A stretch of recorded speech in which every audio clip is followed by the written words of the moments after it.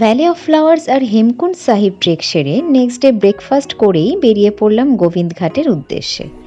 এর আগের দিনগুলির সম্পূর্ণ বিবরণ আপনারা আমার আগের ভিডিওতেই পেয়ে যাবেন, লিংক দেওয়া থাকবে ডেসক্রিপশন বক্সে। ঘাঙ্গারিয়া থেকে পুলনা ফের আমাদের 10 কিলোমিটারের ট্রেক শুরু হয়। পুলনা থেকে শেয়ারকারে গোবিন্দঘাট। নাইট স্টে ছিল আমাদের যোশী মঠে। টুয়ার্ডস ঘাঙ্গারিয়ায় পুলটা পড়ে, পাহাড়ে পুরো বরফ জমে আছে।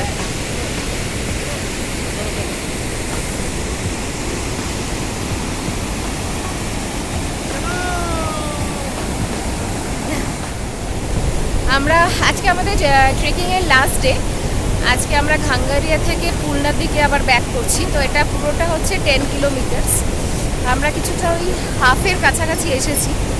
তো এই জায়গাটার নাম হচ্ছে পুল। জায়গাটা খুব সুন্দর। এখানে অনেকে এসে, এটা একদিকে মিডল পয়েন্ট মতো পড়ে, তো এখানে এসে কিছুটা রেস্ট নেয়, দেন আবার ট্রেকিং স্টার্ট করে।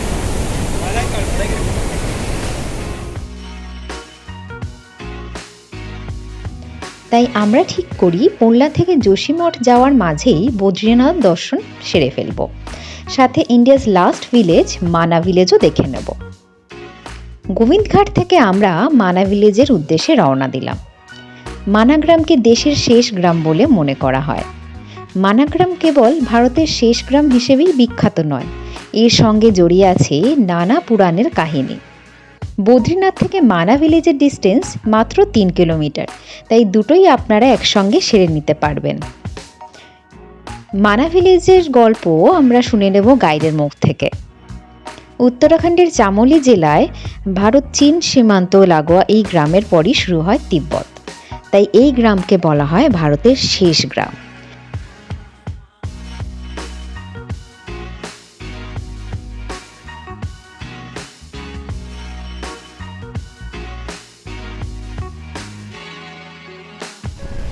तो उसने यहाँ पे ये है माना गाँव, और जो प्राचीन नाम है इसका, ये मणिभद्रपुरी के नाम से जाना जाता है। तो ये भारत सीमा का आखिरी गाँव है, और यहाँ से 45 किलोमीटर इस साइड पड़ता है चाइना बॉर्डर।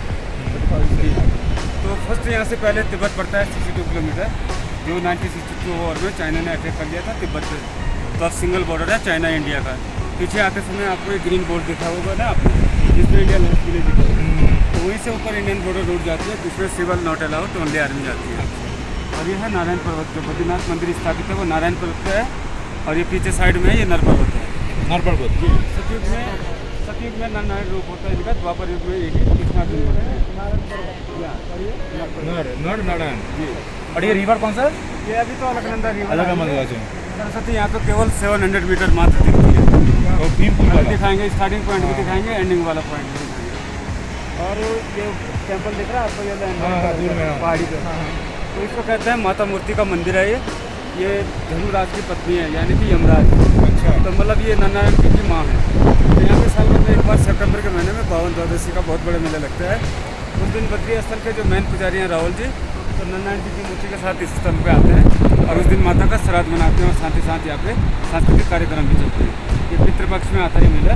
और ये वाली जो पहाड़ी दिख रही है दूर में इसको कहते हैं अलकापुरी पर्वत। अलकापुरी जी, तो मतलब ये कुबेर जी की राजधानी भी है अलकापुरी, और यहीं से अलकनंदा रिवर का स्टार्टिंग पॉइंट है। ओके 9 किलोमीटर पर, हाँ 9 किलोमीटर पड़ता है यहाँ से।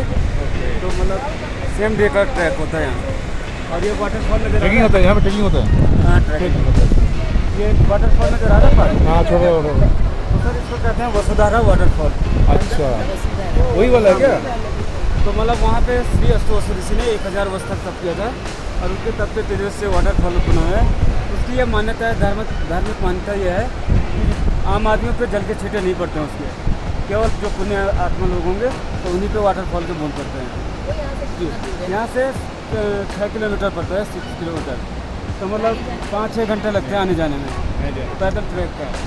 तो मतलब गिरता तो ऊपर से है वाटरफॉल, लेकिन बहुत कम बूंद जमीन पे पड़ती है उसकी, हाफ रास्ते से ऊपर की ओर उड़ जाता है। जी, मतलब बहुत ही कम आदमी के जी हाँ आते हैं। और स्वर्ग सीढ़ी का नाम भी सुना होगा आप लोगों ने। सतोपंथ स्वर्गारोहणी, पांडव लोग इसी रास्ते से गए थे आगे मोक्ष के लिए, लेकिन 5 पांडव और द्रौपदी में से सिर्फ धर्मराज युधिष्ठिर को ही शरीर सहित मोक्ष मिला था। बाकी 4 भाई पांडव और द्रौपदी का इसके आगे चलते चलते देहांत होता गया। तो आज भी 3 सीढ़ियाँ नज़र आते हैं स्वर्गारोहणी पहाड़ी पे, बर्फ आइस की बनी हुई है। तो इसी रूट से आगे ट्रैक करते हैं उसके लिए। किधर है वो? यहाँ से 25 किलोमीटर का ट्रैक है, 5 डेज लगते हैं उसके लिए आने के लिए। 5 days? जी हाँ। तो उसके लिए यहीं से 25 tent, kilometre. Sleeping bag, guide, porter, खाना पीना जो भी है सारा अरेंजमेंट यहीं से करके जाते हैं। सिर्फ मेडिकली फिट होना पड़ता है वहाँ के लिए। स्वर्गारोहणी ट्रैक, कौन सा है? स्वर्गारोहणी ट्रैक। सरगढ़ वही नहीं हाँ, सतोपंथ तो लेक है ना, तो लास्ट भीम का वहीं पे देहांत हो गया था। अच्छा। तो मतलब सिर्फ मेडिकली फिट होना पड़ता है वहाँ के लिए, क्योंकि अभी सी लेवल से आप 10,133 फीट की हाइट पे है, और जो स्वर्गारोहणी की जो हाइट पड़ती है वो 13-14 हज़ार फीट पे है। तो मतलब आगे ऑक्सीजन लेवल कम हो जाता है, इसलिए मेडिकल चेकअप होना जरूरी है वहाँ पे। और यहाँ पे माना गाँव की जो मेन खेती है, पहाड़ी आलू की खेती मुख्य है यहाँ पे, और जो मेन व्यवसाय है यहाँ का तो वो भेड़ बकरी का ऊन का है। हिंदी में क्या होता है? ये खेती में मेन तो आलू की आलू, खेती होती है, पोटैटो। बाकी तो मस्टर्ड, कॉलीफ्लावर, कैबेज ये सारा हो जाता है यहाँ फ्रूट पे। में? हैं? फ्रूट में कुछ नहीं है। एप्पल? एप्पल 1-2 पेड़ देखेंगे, सिर्फ नाम मात्र यहाँ पे। तो और यहाँ पे मतलब जो मेन प्रसिद्ध व्यवसाय है यहाँ का तो वो भेड़ बकरी का ऊन का है। हैंडमेड काम चलता है, घर घर में स्वेटर, आसन, कारपेट साल के और बनते हैं। और अभी विंटर 16 नवंबर को यहाँ पे पूरा गांव क्लोज हो जाता है, फिर कोई नहीं रहते यहाँ पे। चमोली चल गए? ये आते समय आपको डिस्ट्रिक्ट चमोली पड़ा होगा, चमोली, हाँ। तो 6 मंथ चमोली में रहते हैं। 2 जगह घर है हम लोगों के। अच्छा, ये क्या तो पूरा मतलब दिसंबर जनवरी में यहाँ पे 16-17 फीट स्नोफॉल होता है कि जो कि मकानों का तक पता नहीं चलता। सिर्फ आर्मी रहती है यहाँ पे 12 में, ये आर्मी बेस कैंप है। और अभी आगे चल के दिखाएंगे आपको, यहाँ पे है 5 पॉइंट, गणेश गुफा है, व्यास गुफा है, और इंडियाज लास्ट टी शॉप भी आप देखने को मिलेगा। और सरस्वती का उद्गम स्थल है, भीम पुल है, केशव प्रयाग। जैसे जैसे पॉइंट आएंगे फिर आपको उसकी हिस्ट्री सही जानकारी सही देंगे। है। সেখানে আপনারা দেখতে পাবেন গণেশ গুহা, বেদব্যাস গুহা, আর তার পাশেই ইন্ডিয়ার শেষ চায়ের দোকান। এছাড়াও আপনারা দেখবেন সরস্বতী নদী এবং তার উপরে অবস্থিত ভীমপুল। সরস্বতী নদীকে কেশবপ্রয়াগে আপনারা অলকানন্দের সঙ্গে মিশতে দেখবেন। এছাড়াও বসুধরা ফলস দেখা যায়, অনেকে ওটা ট্রেকও করে থাকে।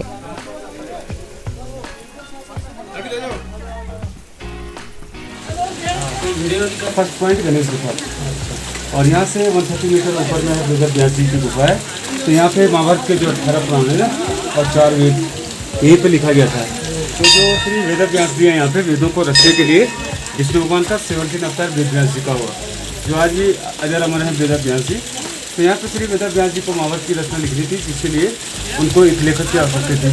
तो यहाँ पे वेद व्यास जी ब्रह्मा जी का आह्वान करते हैं और उनसे कहते हैं कि मैं समाज कल्याण के लिए महाभारत को लिखने जा रहा हूँ, जिसके लिए मुझे लेखक की आवश्यकता है। तो यहाँ पे ब्रह्मा जी कहते हैं कि आप गणेश जी का आह्वान करो, उनके बराबर चीज लिखने वाला कोई नहीं, दूसरा कोई नहीं है। तब यहाँ पे श्री वेद व्यास जी गणेश जी का आह्वान करते हैं और उनसे महाभारत ग्रंथ लिखने को कहते हैं। तो ऊपर से वेद व्यास जी मन ही मन बोलते गए वो, और यहाँ बैठकर गणेश जी लिखते गए। अच्छा, थोड़ा ऊपर जो वो वाला है वहाँ से पढ़ते हैं? हाँ जी, वो मन में सोचते गए। अच्छा। और गणेश जी यहाँ पे लिखते गए। और लिखते लिखते इतने बीच में जो सरस्वती रिवर है ना, इतनी तेज वेग से गति से बहने लगी, जिसके शोर के कारण वेद व्यास जी को बोलने में और गणेश जी को लिखने में दिक्कत बाधाएं होगी। उत्पन्न हुई। तो यहाँ पे श्री वेद व्यास जी सरस्वती माता से विनती करते हैं कि अपने वेग को थोड़ा सा कम कर दूँ। तो सरस्वती माँ कहती है कि मैं अपने वेग को कैसे रोक सकती हूँ। तो लाख बार समझाने फिर भी मानती नहीं है। अंत में वेद व्यास जी यहीं पे स्थापित कर देते हैं, कहते हैं कि यहाँ से आगे तेरा नाम नहीं आएगा, और आधा जो जल है यहीं से अदृश्य हो जाएगा। जो आधा जल अदृश्य होकर पाताल से होकर अंडरग्राउंड निकलता है आपका सीधा प्रयागराज इलाहाबाद में, जहाँ गंगा यमुना सरस्वती का त्रिवेणी संगम है। लेकिन प्रयागराज में गुप्त रूप में सरस्वती, और यहाँ पे स्टार्टिंग पॉइंट से केवल 700 मीटर में सरस्वती के दर्शन मिलते हैं। आधा जल सरस्वती का यहाँ पे अलकनंदा रिवर में मिलकर नाम हट जाता है, जो केशव प्रयाग के नाम से जाने जाते हैं। और आधा जल सरस्वती का स्टार्टिंग पॉइंट के अंदर से ही पाताल से होकर इलाहाबाद निकलती है। तो आज से मतलब 5330 ईसा पूर्व यहाँ पे महाभारत की रचना लिखी गई थी जी। और जो श्री वेद व्यास जी हैं यहाँ पे पराशर ऋषि के पुत्र हैं वो, और सत्यवती उनकी माता का नाम था। और वेद व्यास जी का एक ही पुत्र था सुखदेव जी। तो सुखदेव जी ने ही 10 वर्ष की आयु में राजा परीक्षित को सबसे पहले श्रीमद् भागवत का ज्ञान दिया था। ये राजा परीक्षित अभिमन्यु के पुत्र थे। और वेद को 4 भाग में विभाजित किया यहाँ पे वेद व्यास जी ने, जो कि साम वेद है, ऋग्वेद है, यजुर्वेद है, अथर्ववेद। ये 4 वेदों का विभाजन भी इसी स्थान पर किया था वेद व्यास जी ने। तो मतलब 14 दिन लग गए थे महाभारत कंप्लीट होने में, कुल 14 दिन लगे थे। तो गणेश जी 4 हाथ से लिखने वाले थे। 14 दिन तक मतलब नॉन स्टॉप लिखते रहे। तो लिखते लिखते उनका शरीर का जो ताप है इतना हीट हो गया बदन कि वेद व्यास जी अपने हाथ से मिट्टी का लेप करते हैं उनके बदन में। तो आज भी इसी कारणवश मतलब जो गणेश जी की मिट्टी की मूर्ति विसर्जन होती है तो इसी कारण होती है।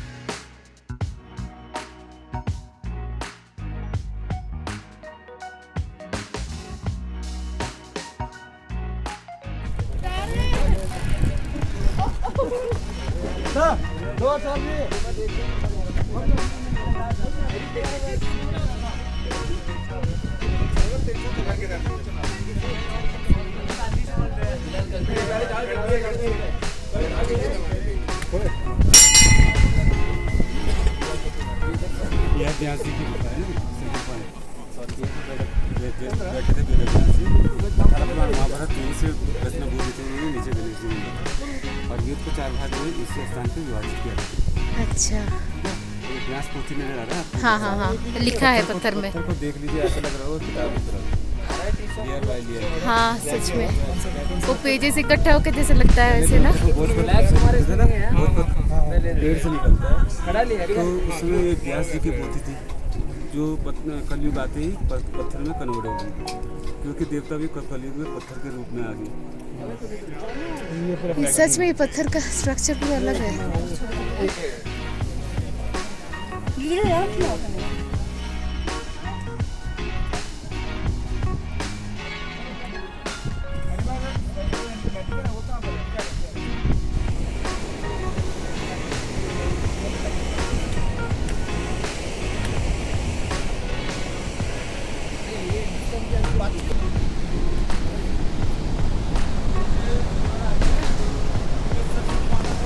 हिंदुस्तान की अंतिम दुकान उधर दिख रहा है।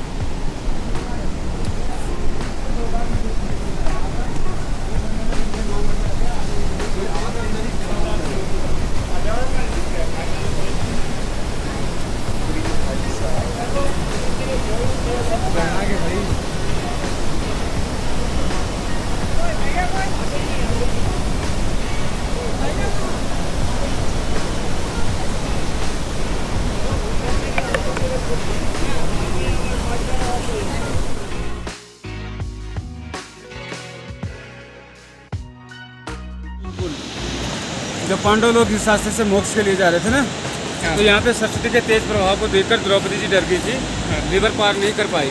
तब भीम ने उठाकर ये पत्थर की शिला रख दी थी रिवर के ऊपर, तब जाके द्रौपदी यहाँ से पार हुई। इसलिए ये बड़ा वाला ये पत्थर है। हाँ, ये बड़ा वाला सिंगल स्टोन है रिवर। यहाँ से देखते हैं।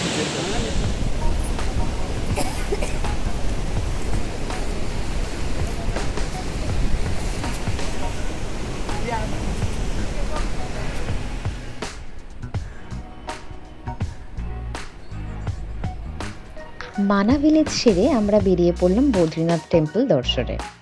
হিন্দু ধর্মের অন্যতম বিখ্যাত তীর্থস্থান হল বদ্রীনাথ মন্দির, যা 4 ধামের এক ধাম। বদ্রীনাথ 4 ধামের এক ধাম।